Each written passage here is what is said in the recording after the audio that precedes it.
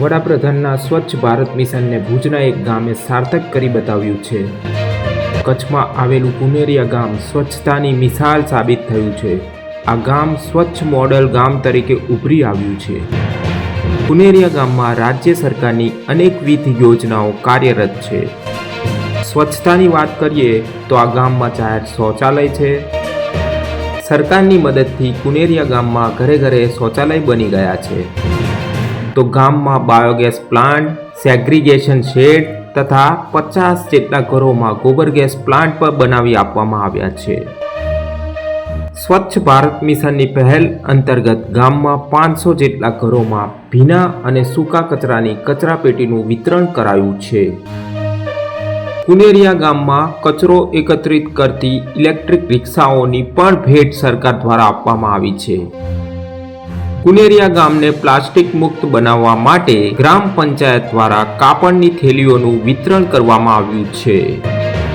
સ્વચ્છતાના અભિયાનમાં સહભાગી બનવા માટે ગ્રામ પંચાયત દ્વારા એક પહેલ શરૂ કરવામાં આવી છે, જેમાં દર મહિને ગ્રામ સભા દરમિયાન જે ઘર, ફળિયું, મહોલ્લો તથા શેરી સ્વચ્છ હોય તેને જાહેરમાં ઇનામ આપીને સન્માનિત કરવામાં આવે છે.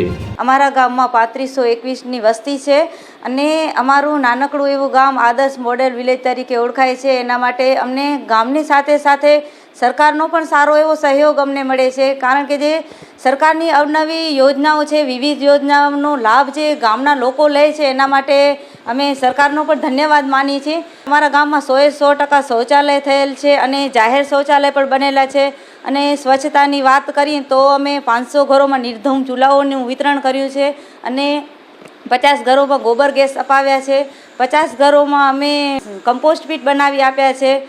500 ઘરોમાં અમે સૂકો કચરો અને ભીનો કચરો અલગ રહી શકે એવી ડસ્ટબિનનું વિતરણ કર્યું છે. અને સફાઈ માટે બીજી એક સારી એવી વાત કરું તો આગલા જ મહિને અમારા ગામમાં સરકાર તરફથી અમને ગાડી મળેલ છે, જે ઘરે ઘરથી કચરો લઈ અને ભીનો સૂકો કચરો અલગ કરે છે અને ઘરે ઘરથી લઈ જાય છે.